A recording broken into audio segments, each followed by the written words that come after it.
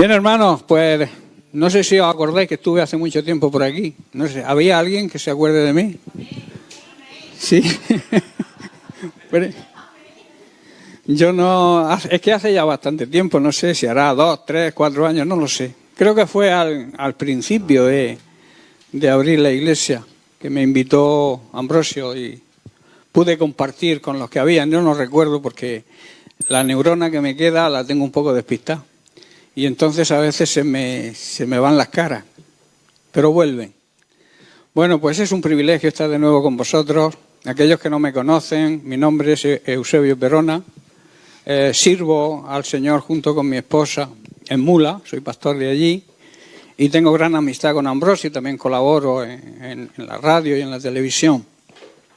Bien, pues preguntándole al Señor qué mensaje, qué alimento podía traeros, el Señor me habló y me dijo que hablara sobre Efesios 4. Y el título que digamos, yo suelo ponerle título a las predicaciones, a las meditaciones, a los estudios que hago, lo he titulado Somos como pensamos.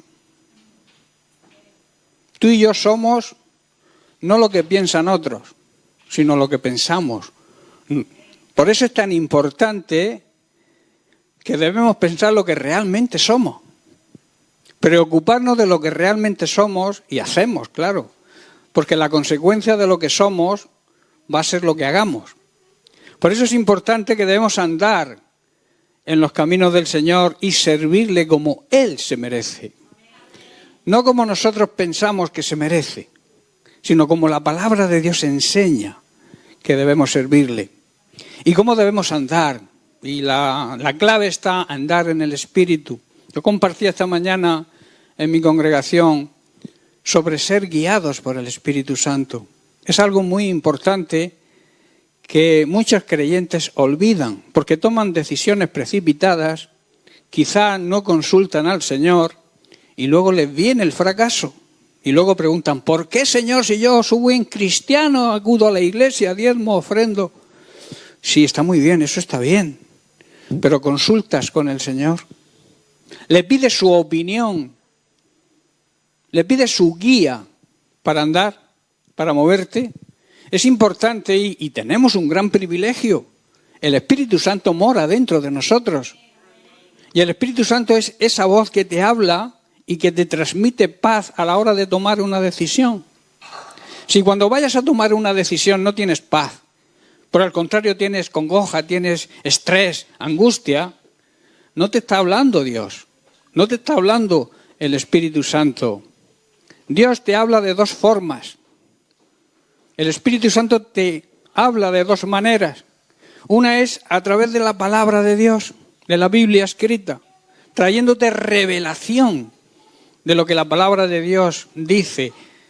Yo siempre digo y aseguro que no hay nuevas revelaciones como algunas sectas por ahí afirman. La revelación está toda en su palabra. Lo que pasa es que se hace rema a través del Espíritu Santo cuando dejamos que el Espíritu Santo nos la muestre. Y buscamos el apoyo del Espíritu Santo, la ayuda, la guía. Él es nuestro guía, nuestro consolador también en los momentos de tristeza y también nuestro proveedor. Lo que necesitemos está a un paso. Yo siempre digo que tu necesidad está solamente a una oración dirigida a Dios por medio de Jesucristo, porque todo lo recibimos a través de Cristo. Si tú y yo somos algo, tenemos algo, o podemos predicar el Evangelio a otras personas, que es un gran privilegio, es un privilegio haber sido escogidos por el Señor para compartir las buenas nuevas del Evangelio. Por eso debemos andar en el Espíritu, vivir guiados por el Espíritu Santo. En Efesios, ya entro, digamos, en materia, en el capítulo 4, versículo 1, Pablo escribe y exhorta. Escribe a los efesios, pero nos está hablando Dios a través de él, a nosotros hoy, porque la Biblia es real. Es un libro que, aunque está escrito hace muchísimos siglos, es real para hoy. Es de aplicación para hoy. Cualquier cosa que la Biblia diga se puede aplicar hoy a nuestra vida. y el resultado va a ser éxito, no fracaso. Dice Pablo, os ruego, en otra traducción dice, os suplico que andéis, que significa viváis y respondáis como es digno, como se merece la vocación. La vocación es el llamado con que hemos sido llamados. O sea que nuestro llamado merece nuestra forma de vivir y nuestra respuesta digna a ese llamado. En 2 de Corintios capítulo 5, verso 14, también Pablo dice, el amor de Dios, el amor demostrado, o sea, no es que sea de palabra, es un amor que ha sido demostrado. Jesucristo murió en una cruz, y murió en una cruz de verdad, como hombre, como ser humano, como tú y yo, padeceríamos de la misma manera que padeció Él, porque Él murió y sufrió como un ser humano. Y entonces ese sacrificio para cargar con nuestro pecado, con nuestra culpa, nosotros estábamos sentenciados a muerte espiritual, a la condenación eterna. Pero Cristo y su misericordia, su amor y la obediencia al Padre nos libró de esa condenación. Nos dijo, yo voy a pagar la sentencia que merecen estas personas a las cuales yo amo y el Padre ama. No merecen que yo muera por ellos, pero voy a morir por ellos. ¿Por qué? Porque su amor es sin condiciones, es incondicional. Yo siempre digo que cuanto más te alejas de Dios, más te ama.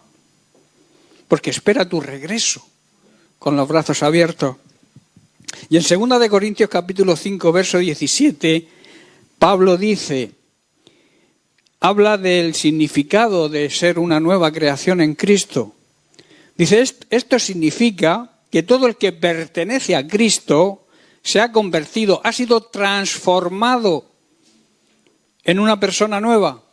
La metamorfosis. Yo siempre digo que, ¿sabéis que los gusanos se convierten en mariposas? ¿No? A eso se le llama transformación, metamorfosis. Pues nosotros, gracias a Cristo, hemos sufrido esa metamorfosis. Hemos pasado de gusanos a mariposas. ¿Sabéis que un gusano come tierra, se arrastra por el suelo? Pero una mariposa vuela, se alimenta del polen de las flores. Un alimento precioso, ¿no? Incluso que lo venden en farmacias, el polen, porque es muy bueno para la salud, da fuerza, da energía. Pues hemos sido transformados y hemos nacido de nuevo. Hemos sido hechas nueva creación en Cristo. Quiere decir que tenemos una nueva naturaleza. Pablo aquí hemos visto que comienza suplicándole a los cristianos de Éfeso con un ruego que sale de lo más profundo de su ser. Pablo amaba al pueblo de Dios. Pablo amaba la familia de Dios. Y por eso cuando los veía que se desviaban, les llamaba, les escribía y les advertía del peligro que corrían y les exhortaba, pero con amor, porque quería lo que quiere el Padre. Por eso he dicho que tenemos que pensar lo que somos, porque somos lo que pensamos, ¿verdad? Entonces, para poder andar, para poder vivir como se merece nuestro llamado, lo primero que debemos aprender es a pensar y a sentir de la misma manera que siente y piensa Cristo. ¿Me hago entender? La mente de Cristo tiene que estar en nuestra mente. Debemos pensar de la misma manera que Él para poder vivir y demostrar que somos dignos de ese llamado. Lo dice Pablo en Filipenses capítulo 2, versículos 5 al 8. Dice así, haya pues en vosotros este mismo sentir que hubo en Cristo Jesús. Este mismo pensar significa también que hubo en Cristo Jesús, el cual, siendo en forma de Dios, no estimó el ser igual a Dios como cosa a la que agarrarse, aferrarse, sino que se despojó a sí mismo, tomando forma de siervo, hecho semejante a los hombres, a los seres humanos, y luego añade el versículo 8, y estando en la condición de hombre, se humilló. Hermanos, la mayor virtud de un cristiano es la humildad. Si no te humillas ante Dios, si no eres humilde, Dios no te puede usar, es imposible. Es una característica, digamos, primordial y esencial en la vida cristiana. Jesús dijo, aprended de mí, como una orden, como un mandamiento. Aprended de mí que soy manso, que manso no significa no tener fuerza, sino saber controlar, saber pedirle a Dios permiso para obrar, tener esa mano izquierda de salir de los conflictos victoriosos y sin hacer daño a nadie. Y dice, aprended de mí esa humildad y esa mansedumbre. ¿Para qué? Para que halléis descanso, que vuestras almas estén tranquilas y vivamos en paz. Pablo aquí está diciendo que debemos tener la misma actitud, la misma forma de pensar que tuvo Cristo Jesús. Y aunque era Dios, Él no se agarró, al privilegio divino. Él se despojó de todos sus privilegios. Es como un policía cuando se quita el traje de policía. Sigue siendo policía en su esencia, pero nadie lo respeta porque no lleva el traje. No sé si entendéis. Si a mí me para un señor por la calle con una boina y con una pipa fumando y me dice que es policía, tendrá que demostrármelo. Ahora, si lo veo venir con el traje, con el pistolón y la porra, y me dice, venga usted para acá, yo voy. ¿Por qué? Porque lo que le viste le da autoridad. Y Cristo se despojó de esa vestimenta, de ese privilegio humano, divino, que tenía de ser Dios, y se hizo semejante a un esclavo. Y lo hizo por ti y por mí. Y eso es digno de tenerlo en cuenta. Se humilló a sí mismo en obediencia a Dios y murió en una cruz entre malhechores. La muerte de cruz, era la muerte más espantosa que podría haber en ese momento, en ese tiempo. Y era maldito todo aquel que moría en un madero. Y dice que murió entre malhechores. El que no merecía la muerte murió. Y murió por nosotros. Pero como consecuencia de esa forma de pensar y de esa forma de sentir y de esa forma de actuar, Dios lo levantó hasta lo más alto. Hermanos, después de la humillación viene la exaltación. Por eso el que se humilla, Dios lo levanta. Y aquel que no se humilla, Dios lo acacha. ¿Estáis entendiendo, hermano?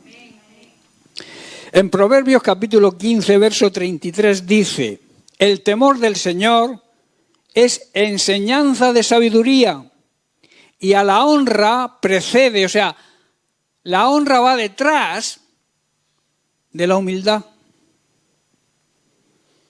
A Salomón se le llamaba que era gran sabio por la sabiduría que tenía, ¿no? Y escribió esto, el temor del Señor enseña sabiduría y la humildad va detrás de la honra. Primero te humillas y luego Dios te honra. Qué privilegio, ¿verdad? Y en Proverbios capítulo 15, verso 33 dice, el temor, no, este ya lo he leído. Seguimos en Filipenses capítulo 2, puesto que esto es lo que le sucedió precisamente a Cristo, ¿no? Y dice el verso 9, por lo tanto Dios lo elevó a un lugar de máximo honor y le dio un nombre que está por encima de todos los demás nombres. Y el versículo 10 dice, para que ante él, ante el nombre de Jesús, se doble toda rodilla de los que están en el cielo, de los que estamos en la tierra y los demonios. Todos deben doblar su rodilla. Y luego añade, y toda lengua tiene que confesar, tiene que reconocer que Jesucristo es el Señor para que el Padre sea glorificado, para que el Padre reciba la gloria. Ahora, la pregunta que se puede plantear aquí, ¿cómo podemos pensar y sentir como piensa y como siente Cristo? Muy fácil. Esto se logra a través de la lectura cuidadosa y diaria y profundizando, meditando en su palabra de día y de noche. La palabra de Dios no debe apartarse. Y no quiero decir que estemos con la Biblia siempre leyéndola, sino que tengamos un tiempo, un devocional cada día, pero de calidad. No ese buenos días, Señor, bendíceme todo lo que haga hoy y hasta luego, que pediré por los alimentos, daré gracias. Un tiempo, el tiempo es del Señor, hermano.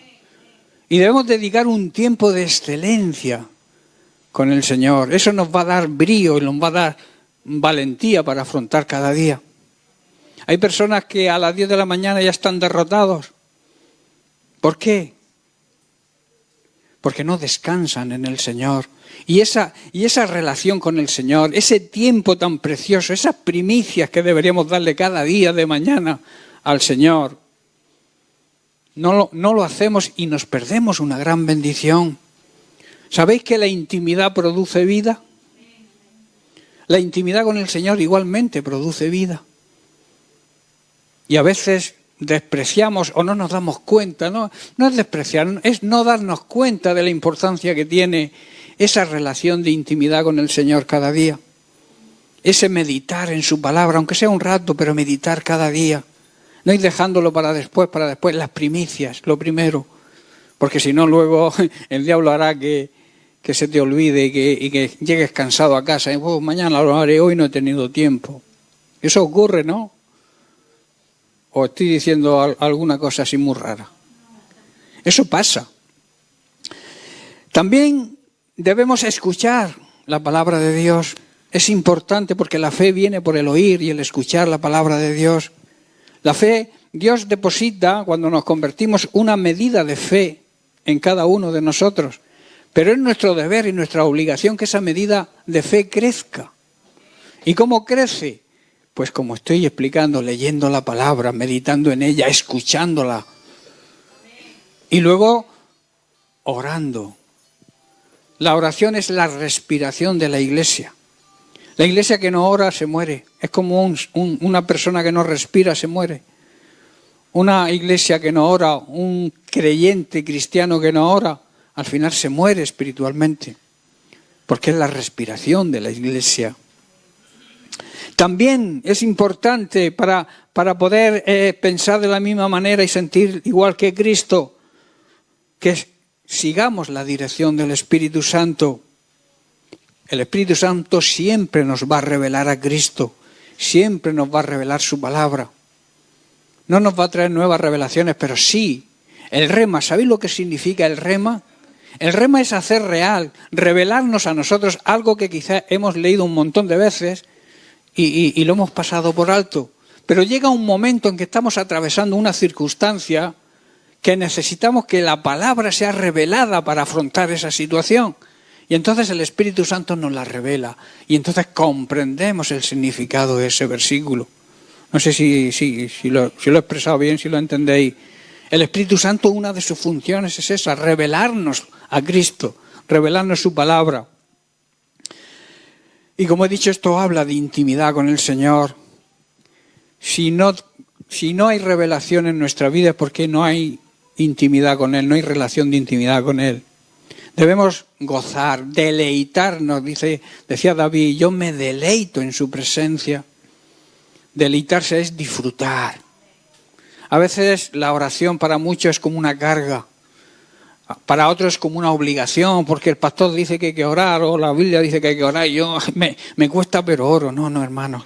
Debemos disfrutar, deleitarnos, gozar en la presencia de Dios. Y como veremos, cuando lo hagamos, los demás lo van a notar. Juan capítulo 8, versículo 31 y 32, decía entonces Jesús a los judíos que habían creído, o sea, a los creyentes, porque yo siempre digo que la Biblia está escrita para los creyentes, porque los que no creen no tienen la Biblia, no conocen la Biblia, se convierten y luego se le aplica la Biblia. Entonces la palabra de Dios siempre va dirigida a la iglesia, a los creyentes.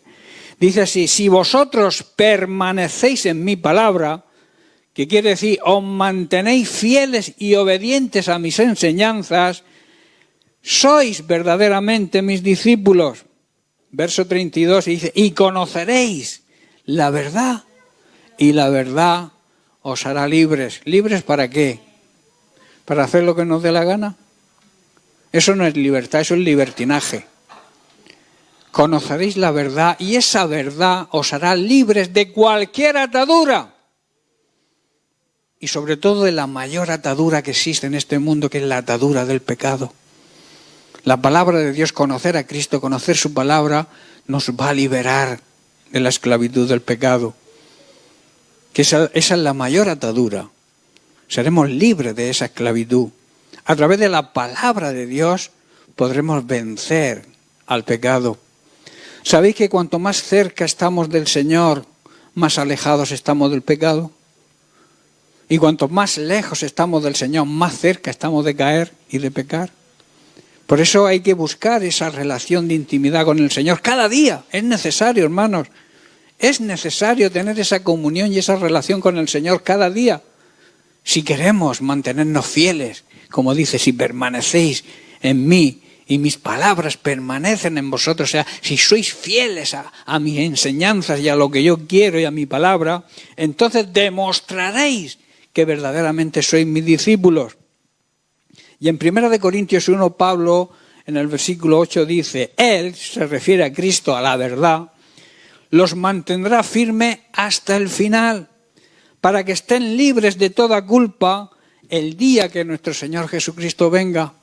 ¿Sabéis que está muy cerquita la segunda venida de Cristo? ¿Y sabéis qué acontecimiento va a ocurrir en esa segunda venida? Os lo digo, las bodas del Cordero, en el cual nosotros somos la novia y se nos ha concedido el privilegio. Es un privilegio ser la novia de Cristo, ¿verdad? Pero ¿qué novia se presenta sucia el día de la boda? ¿Qué novia no se prepara para ese día tan precioso? Por eso Apocalipsis dice que a la iglesia se le ha concedido un gran privilegio, que es que se vista de lino fino. El lino es una planta que produce un tejido de muy alta calidad y de gran precio. Lo usaban los sacerdotes para su éfod, su vestimenta, porque era de gran precio, de gran valor. ¿Y sabéis lo que significa según Apocalipsis el lino? Representa, simboliza las acciones, las buenas obras de un pueblo santo, apartado y dedicado a servir a Dios. Tus obras son el lino fino. La iglesia tiene que presentarse el día de las bodas blanca, pura, que resplandezca.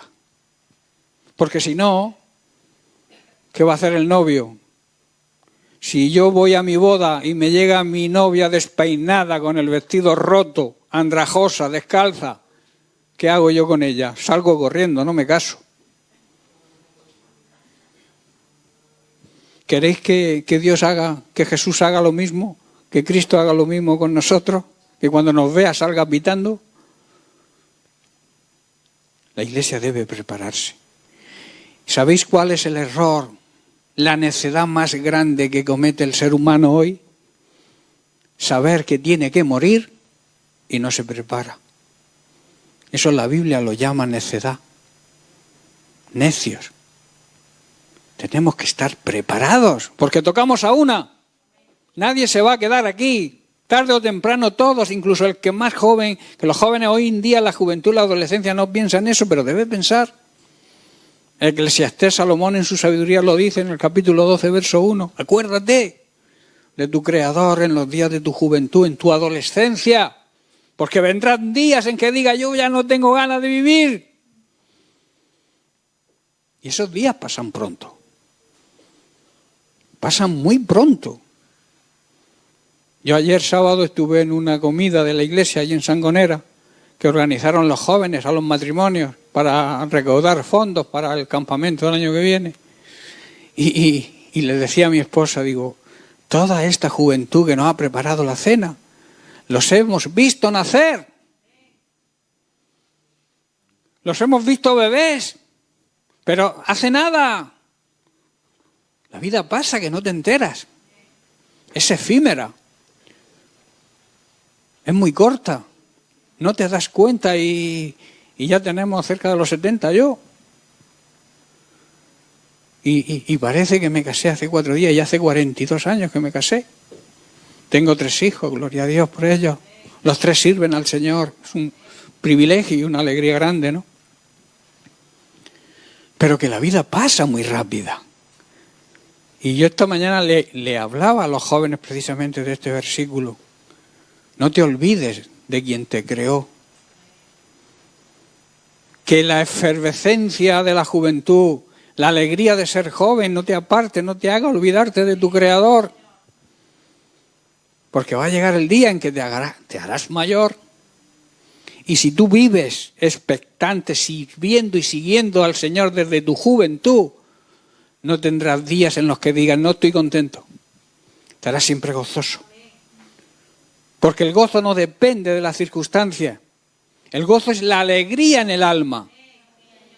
No importa lo que esté pasando, que estemos pasando. El gozo, vuelvo a repetir, no depende de las circunstancias. Depende de nuestra relación con el Creador. De nuestra relación con nuestro Padre Celestial. En 1 de Juan capítulo 1, versos 5 al 7 dice el apóstol: este es el mensaje que hemos oído de Él, de Jesucristo, y os anunciamos. Dios es luz. La luz simboliza en la Biblia santidad y sabiduría. Dios es eso, santidad y sabiduría. Y en Él no hay tiniebla. Las tinieblas simbolizan la ignorancia y el pecado. Y en Él, en Cristo, no hubo ni ignorancia porque era la sabiduría misma, ni hubo pecado. Fue tentado en todo, pero no pecó. Y dice que esto es lo que oímos y os anunciamos, que Dios es la luz. Y el verso 6 dice, si decimos que tenemos comunión con Él.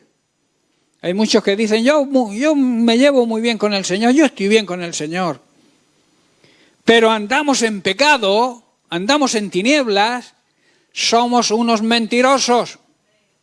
No lo digo yo, lo está diciendo Juan. Si yo digo que me llevo bien con el Señor, pero es mentira porque vivo en pecado, y además lo hago conscientemente, que eso es lo peor, porque pecar, cometer un error, un fallo, errar al blanco, que es lo que significa pecado, todos caemos en pecado alguna vez, pero vivir en pecado es lo que no acepta Dios. Una persona que sabe que está viviendo en adulterio, que está viviendo en fornicación, y dice que se lleva bien con el Señor, es un mentiroso. Está mintiendo. Y lo más grave, se está autoengañando a él mismo, que es el peor engaño. Engañarnos a nosotros mismos. Por eso la Biblia enseña, y Jesús lo decía, y los discípulos, que nadie os engañe. Y eso va dirigido a la iglesia. No va dirigido a gente que no conoce al Señor. Y luego añade el verso 7. Pero si andamos en la luz, o sea, si andamos en la sabiduría y en la santidad que Dios nos demanda, como Él está en la luz, tenemos comunión unos con otros. Hay quien dice, yo no voy a la iglesia, yo tengo una buena relación con Dios, veo los cultos por la tele, oro. Si tú tienes una buena relación con Dios, tienes que tener también una buena relación con la familia de Dios. Y aquí lo dice bien claro el apóstol Juan. Como Él es luz, y nosotros tenemos que ser luz también, debemos tener comunión unos con otros. Y luego añade, y la sangre de Jesús, su Hijo, nos limpia. ¿De qué? De todo pecado. Tremenda promesa, ¿verdad? Esto a mí me emociona, no sé a ti. El saber que esa sangre derramada de Cristo, cuando yo ando en la voluntad de Dios, cuando yo soy guiado por el Espíritu Santo, cuando yo obedezco su palabra, esa sangre me limpia. Y me puedo presentar con un vestido a las bodas, me puedo presentar limpio, blanco y resplandeciente, porque la sangre de Cristo me limpia. El creyente tiene que aprender, hermanos, a escuchar la voz de Dios y a someterse. Hoy en día hablar de sometimiento cuesta, pero vamos a ver, ¿quién tiene aquí trabajo? Tenéis trabajo la mayoría, ¿no? Gloria a Dios. Tú estás sometido a tu jefe. Que tu jefe te diga algo y tú no lo haces, ¿qué te pasa? Que te pone de patitas en la calle. O sea, nos sometemos al ser humano, a nuestro jefe, y nos cuesta someternos a Dios y a su palabra. Qué tremenda ignorancia, necedad. Porque someterse no significa estar sumiso. Ay, que no puedo decir nada. Someterse significa aceptar la autoridad de Dios. Dios es la máxima autoridad. Y cuando tú aceptas, tú te sometes al Señor, aceptas su autoridad, el diablo sale corriendo. No sé si lo ha leído antes el chico este que ha presentado el culto.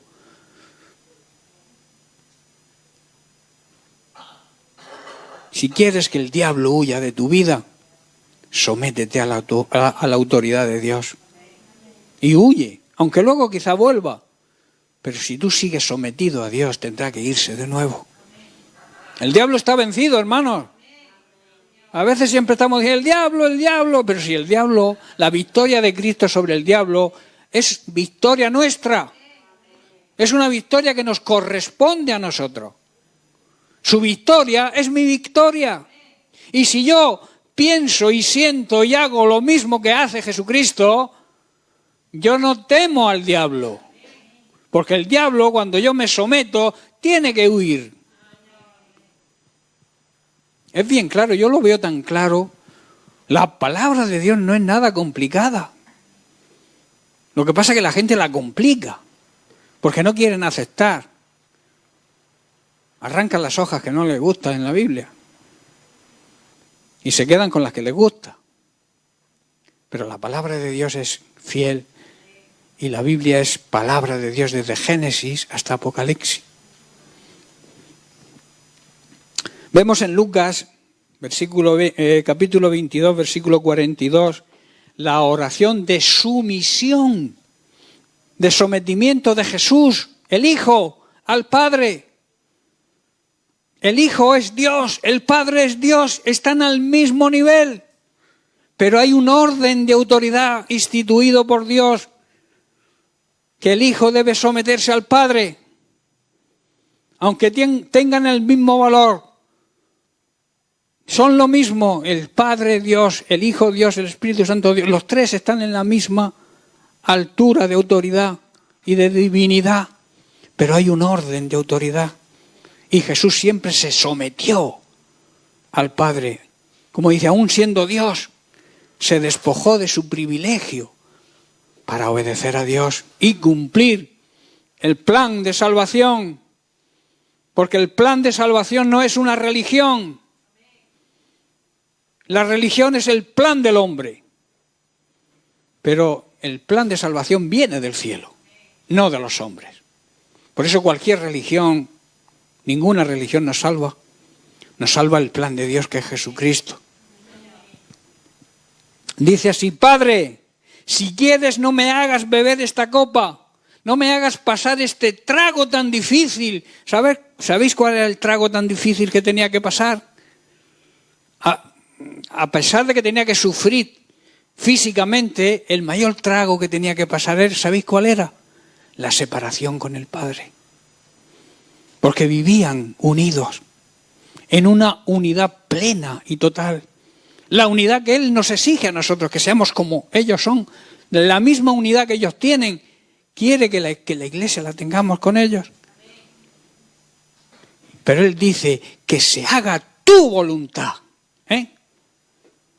Demuestra que Cristo es una persona y el Padre es otra. Porque la característica de una persona es que tiene su propia voluntad. Por eso los que niegan la Trinidad están en un completo error.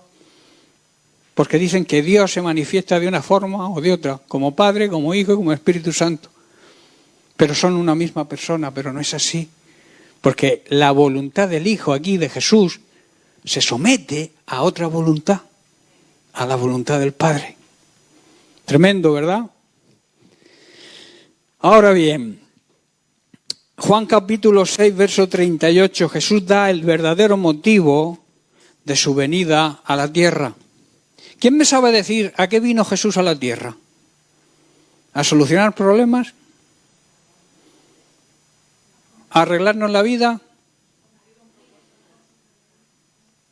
Muchos creen. Había uno cuando estaba predicando Jesús y entre la multitud, fijaos si estaba escuchándolo, entre la multitud salta, ¡Maestro, maestro! Y Jesús le presta atención, dime, haz que mi hermano parta conmigo la herencia. Estaba escuchando el mensaje de Cristo, ¿verdad? Estaba atento a lo que Cristo estaba diciendo. ¿Y qué le contestó Jesús? ¿Quién me ha puesto a mí como partidor de herencias? No es que Cristo no acepte que se haga justicia y que las herencias se repartan correctamente, pero su venida a este mundo no era para eso. Para eso estaban los jueces. Y se lo explicó muy bien. Cristo vino a salvar a la humanidad. Ni siquiera vino a enseñarnos nada. ¿Pero qué está diciendo, pastor? Cristo nos marcó unas enseñanzas, vivió de una forma que debemos aprender nosotros a vivir como Él. Pero el motivo de Cristo era para que tú y yo fuéramos salvos. Que la humanidad fuera salva a través de su sacrificio. Ese era el motivo principal y primordial de la venida de Cristo a este mundo. Hay quien se convierte y dice, bien, ya me he convertido, ahora el Señor me va a dar un buen coche, una buena casa, una buena esposa, un buen esposo. Sí, todo eso, si sigues la voz del Espíritu Santo, lo vas a tener. Vas a tener tu necesidad. Quizás que Dios no te dé caprichos, pero tu necesidad Dios la va a cubrir. Y lo que necesites Dios te lo va a dar. Pero lo principal y lo primordial es que eres salvo. Y lo demás ya viene añadido. Por eso este hombre no entendía el mensaje de Cristo, ni siquiera lo escuchó. Estaba pendiente de su avaricia. Y quería que le hiciera justicia con su hermano que se había quedado con la herencia. Dile a mi hermano que parta la herencia conmigo. Dice Juan 6:38, aquí Jesús da el verdadero motivo del que estoy hablando. Dice así, he descendido del cielo no para hacer mi voluntad, sino la voluntad de aquel que me envió. ¿Cuál era la voluntad del Padre? La salvación de la humanidad. De tal manera, amó tanto Dios a la humanidad, al ser humano, que le planteó a su Hijo Jesucristo, oye, tenemos que buscarle una solución al hombre, al ser humano que tanto amamos y que hemos creado para tener una comunión y una relación con él. Pero mira, se han vuelto rebeldes, se han vuelto en contra nuestra, no nos aceptan. ¿Qué podemos hacer? Tienes que bajar a la tierra, hacerte hombre y demostrarles el amor que le tenemos.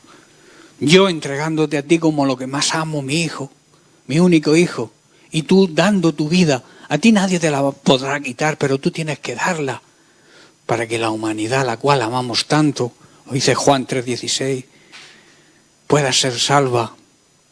Esa es la voluntad del Padre, que tú y yo fuéramos salvos. Su gozo precisamente ante el sufrimiento de la cruz, dice que miraba ese sufrimiento con gozo. ¿Por qué? Porque nos veía a ti y a mí salvos. Y ese es el gozo del Señor, ver al ser humano salvado. Ese es el propósito de Dios, ese es el plan de Dios y es el plan por el cual nos ha escogido para que transmitamos la verdad del Evangelio a toda la gente que nos rodea y que ellos también puedan recibir la salvación. No sé el tiempo que tengo, pero yo tengo aquí para rato, no sé. Cuando vea que miráis el reloj y hacéis así como que no anda. Pero bueno, no me queda mucho, no me gusta ser muy pesado. Entonces, surge otra pregunta. ¿Cómo detectamos o cómo sabemos que un creyente, digamos, que se llame creyente cristiano, están andando como es digno, como se merece el llamado de Dios? ¿Cómo se dan cuenta los demás? Es muy sencillo, por la conducta, por la forma de vivir. No podemos ser cristianos domingueros. Yo lo llamo así a esos cristianos que solamente ponen cara de santo con una aureola los domingos en la iglesia. Y los lunes da gusto verlos. Y los martes y los miércoles. Un cristiano es cristiano de domingo a domingo. O sea, por eso el cristiano que es digno de su llamado se reconoce por su forma de vivir. En su casa lo primero. Sus hijos. Os cuento una anécdota. Había un pastor que tenía su esposa y 3 niños pequeños. Y dice que una mañana vio a los niños haciendo sus maletitas. Y dice, ¿qué hacéis? Dice que nos vamos a vivir a la iglesia. ¿Cómo que os vais a vivir a la iglesia? A la iglesia vamos a orar, a hacer los cultos al Señor, pero nosotros vivimos aquí. No, es que nosotros queremos al papá que vemos en la iglesia, no al que vemos aquí. Eso ocurre en la realidad. Por eso nuestra conducta tiene que ser la misma en la iglesia que en casa. Pero no solamente en casa, con tus vecinos, con tus compañeros de trabajo, con tu jefe, aunque no lo puedas soportar. Tú tienes que demostrar que eres cristiano en todas las facetas de tu vida. Y entonces van a reconocer que estás con Jesús. Hay casos en la Biblia que hablan de eso. Ahora os lo digo. Jesús nos dice, y nos dice hoy, aunque lo dijo hace tiempo, Jesús lo vuelve a repetir hoy a su iglesia, porque esto va dirigido a su iglesia. Dice, ¿por qué me llaméis Señor, Señor? Y no hacéis lo que yo os digo. ¿De qué sirve llamar Señor al Señor? Porque ¿sabéis lo que significa Señor? Dueño. ¿Cómo estás diciendo con tu boca que el Señor es tu dueño y no le haces caso ni le obedeces a tu dueño? ¿Por qué le llamas Señor, Señor? Esas son palabras de Jesús. Esto es lo que entiende la religión, hermanos.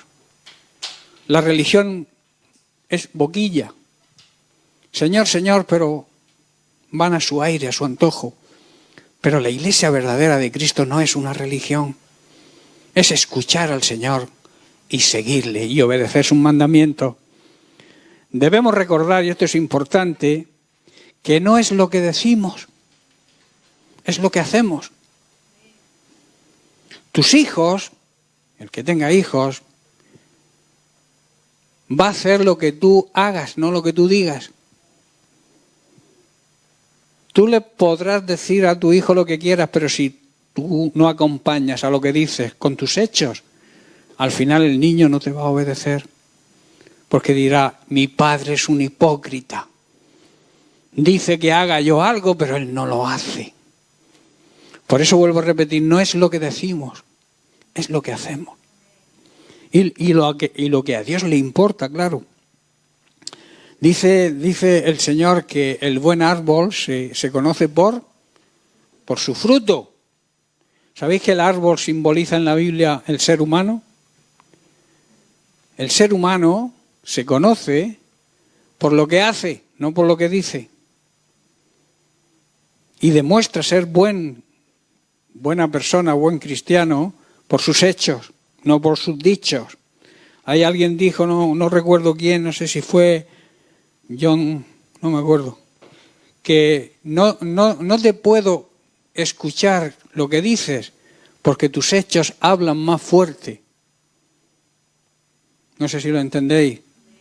Los hechos apagan tu boca. Por tanto, se deben ver en nosotros, deben palpar en nosotros la relación y la comunión que tenemos con Dios. Y esa debe ser nuestra forma de vivir, porque es lo que la gente va a ver. Va a ver lo que hacemos, va a ver lo que hablamos, o va a escuchar lo que hablamos, va a ver lo que vemos, lo que oímos, dónde vamos, cómo vestimos, cómo cuidamos nuestro cuerpo físico. Limpieza física por un lado, pero también limpieza moral, limpieza espiritual. Todo esto va a demostrar cómo pensamos y cómo realmente somos. Porque vuelvo a repetir el título del principio, somos lo que pensamos. Como cristianos verdaderos, los demás tienen que reconocer a Cristo en nosotros. Ya estoy terminando. Los demás tienen que ver el carácter de Cristo formado en nosotros. La conducta de Cristo tiene que estar reflejada en nuestra manera de vivir. Hay casos en la Biblia donde se demuestra, por ejemplo, cuando Moisés bajó del monte Sinaí con las tablas de la ley, dice que su rostro, ¿qué? Resplandecía, porque había estado en la presencia de Dios. Tremendo, ¿verdad? Pero hay casos más recientes. En Mateo, en el Nuevo Testamento, en el capítulo 26, versículo 33, poco antes de que Pedro negara a Jesús, dice: y un poco de tiempo después, acercándose los que estaban de pie, dijeron a Pedro: en verdad, tú también eres de ellos, porque hasta tu manera de hablar te delata. Si tú tienes relación con el Señor, tu forma de hablar no va a ser la misma que cualquier persona mundana. Ellos van a notar, esta persona ni dice palabrotas, que todo el mundo dice tacos, ¿verdad? Los cristianos, supongo que los que estamos aquí, nadie dice tacos. Entonces eso la gente lo va a notar. Va a notar que tenemos otro lenguaje, que tenemos otra manera de afrontar las situaciones difíciles. Y van a reconocer que somos cristianos. Eso es lo que está diciendo aquí. Dice, y les reconocían, o sea, y tu forma de hablar te delata, tu manera de vivir te delata.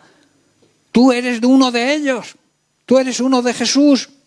Y luego el mismo Pedro, después, frente al concilio, en el libro de los Hechos, capítulo 4, verso 13, dice: entonces, viendo el denuedo de Pedro y de Juan, y sabiendo que eran hombres sin letra y del vulgo, o sea, personas corrientes, comunes, se maravillaban y les reconocían, tenían que reconocer que habían estado con Jesús. Hermanos, la relación de intimidad con el Señor la van a notar los demás, se van a dar cuenta. Las personas que nos rodean van a ver y van a reconocer que vivimos en la presencia de Dios. Recuerda, la persona humilde, como hemos dicho al principio, es la persona que sabe reconocer sus debilidades, sus flaquezas, sus limitaciones. La persona humilde es también el que acepta que puede estar equivocado. Seamos humildes. Pensemos de la misma manera que piensa Cristo. Vivamos de acuerdo a sus palabras y a sus mandamientos. Y la gente notará que somos del Señor. Y le abriremos las puertas a la salvación. No se trata de discutir con ellos. No se trata de confrontar, de crear un conflicto entre lo que ellos creen y nosotros. Se trata de demostrarles que vivimos en la presencia de Dios y que pensamos y hacemos lo que el Maestro nos enseña. Amén. Bien, pues lo dejo aquí y tengo para más, pero bueno, no quiero cansaros. Que el Señor os bendiga mucho. Ha sido un gozo y un privilegio poder compartir con vosotros hoy la palabra del Señor y espero volver algún día. Amén. Bien, muchas gracias.